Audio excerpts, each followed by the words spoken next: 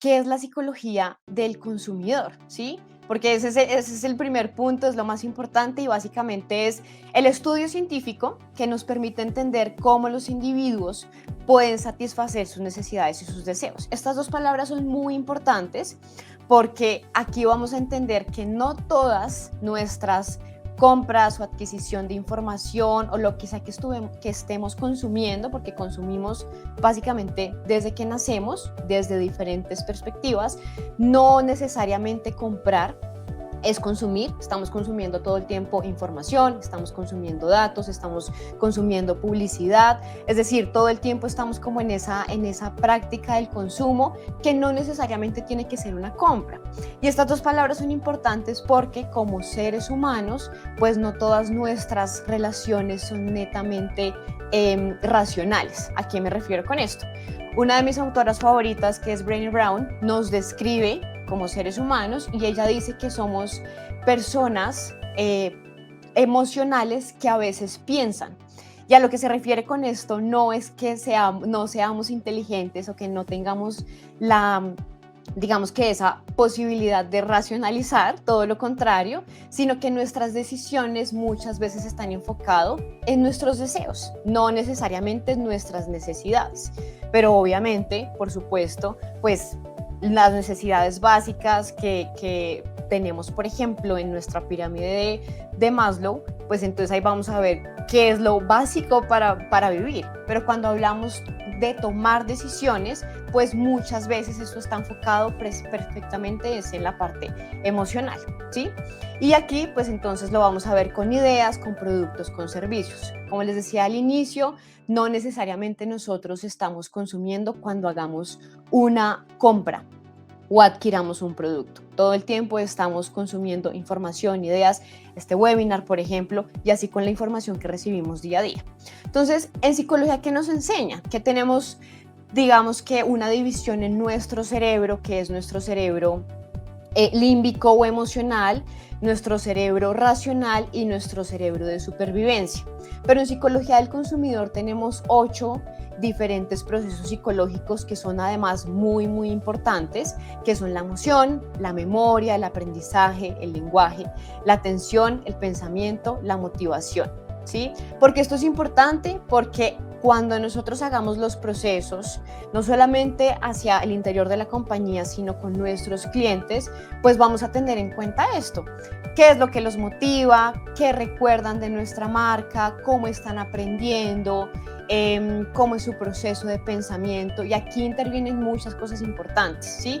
Procesos socioculturales, nuestros hábitos, la personalidad, el contexto en el que estamos. Entonces, por eso cada individuo es tan único y por eso el comportamiento, a pesar de que se ha estudiado por la ciencia mediante la psicología, pues es difícil determinar y llegar a una conclusión precisa para todos los seres humanos. Entonces, por eso aquí entran diferentes procesos, estos procesos precisamente para entender cómo nuestros usuarios, cómo nuestros clientes están adquiriendo nuestros servicios, nuestros productos, qué están consumiendo, qué les gusta, qué los motiva.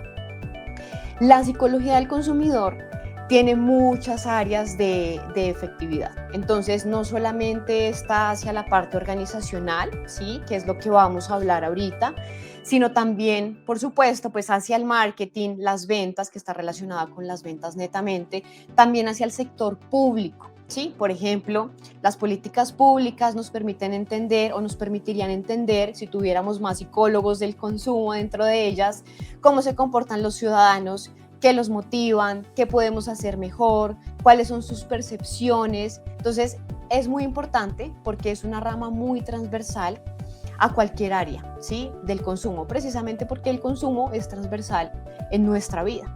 Pero aquí lo vamos a enfocar justamente al área de talento humano.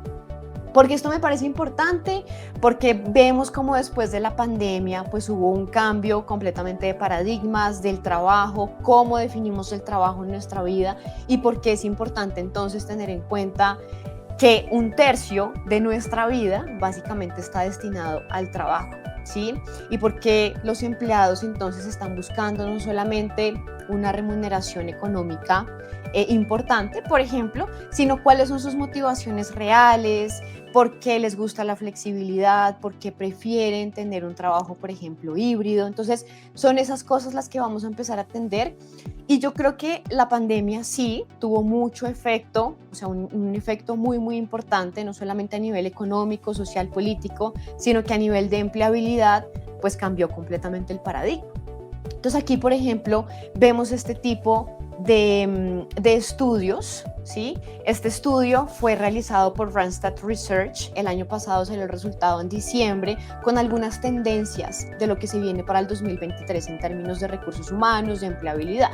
Entonces, esta primera imagen lo que nos muestra es que la situación actual de las compañías, aunque están en un 64% en una buena situación, pues aún queda un porcentaje restante en el que están recuperándose todavía y especialmente algunos sectores que han sido pues más impactados, ¿no? Entonces, aquí la tecnología tiene mucho, mucho sentido porque nos permite de manera transversal incrementar entonces la posibilidad de llegar a más personas, contratar a nivel global y eso es lo que estamos viendo, por ejemplo, con muchas startups. Entonces, aunque hay un buen panorama, aún sigue estando ese crecimiento en términos de empleabilidad, recursos humanos. Aquí vemos otro panorama importante y es el impacto de la escasez de talento. Una de las tendencias o una de los resultados que tiene esta encuesta de Randstad Research que hizo a 300 compañías es precisamente esto, que ellos ven como una de las tendencias principales para este año, justamente que va a haber una escasez de talento.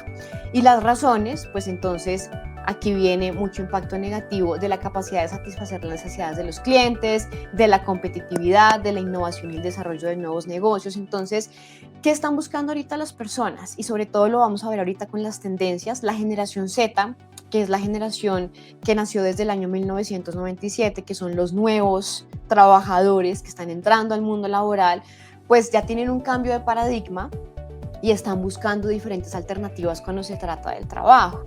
Entonces, por ejemplo, mi mamá trabajó en su compañía, que era un trabajo gubernamental durante 40 años y estuvo bien con eso. Pero entonces ahora nuestras generaciones tienen un trabajo de 2, 3, 4, 5 años y digamos que hay ese cambio precisamente porque hay muchas motivaciones diferentes como lo había en ese momento. Entonces, por eso esos procesos psicológicos son importantes. El aprendizaje es diferente, ahorita es acelerado, ¿sí? Ya no necesitas tener, por ejemplo, una maestría o una especialización, sino que todo cuando está enfocado a la tecnología, pues obviamente tiene un impacto acelerado en la empleabilidad y pues hay otros cambios de paradigmas. Entonces, el hecho de poder trabajar remoto, el hecho de aprender de muchas cosas diferentes a lo que de pronto uno necesariamente hizo en su pregrado o en su trabajo base. Entonces, este tipo de cosas son justamente lo que están haciendo que los departamentos de recursos humanos tengan que buscar diferentes alternativas para encontrar ese talento, ¿sí? Es curioso porque he visto como muchas personas dicen, pero es que no he encontrado todavía ese trabajo ideal. Yo he visto mucho, mucho empleo. Se los digo de manera personal que estuve varios meses en esta búsqueda y habían muchas oportunidades, yo encontré muchas oportunidades. Lo que pasa es que dentro de las características que yo tenía para encontrarlas, muchas veces no se cumplía y eran como mis innegociables. Entonces, si uno de mis innegociables es el trabajo híbrido o el trabajo remoto, pues desde el comienzo decía, no, muchas gracias, porque para mí eso es un innegociable y era demasiado importante.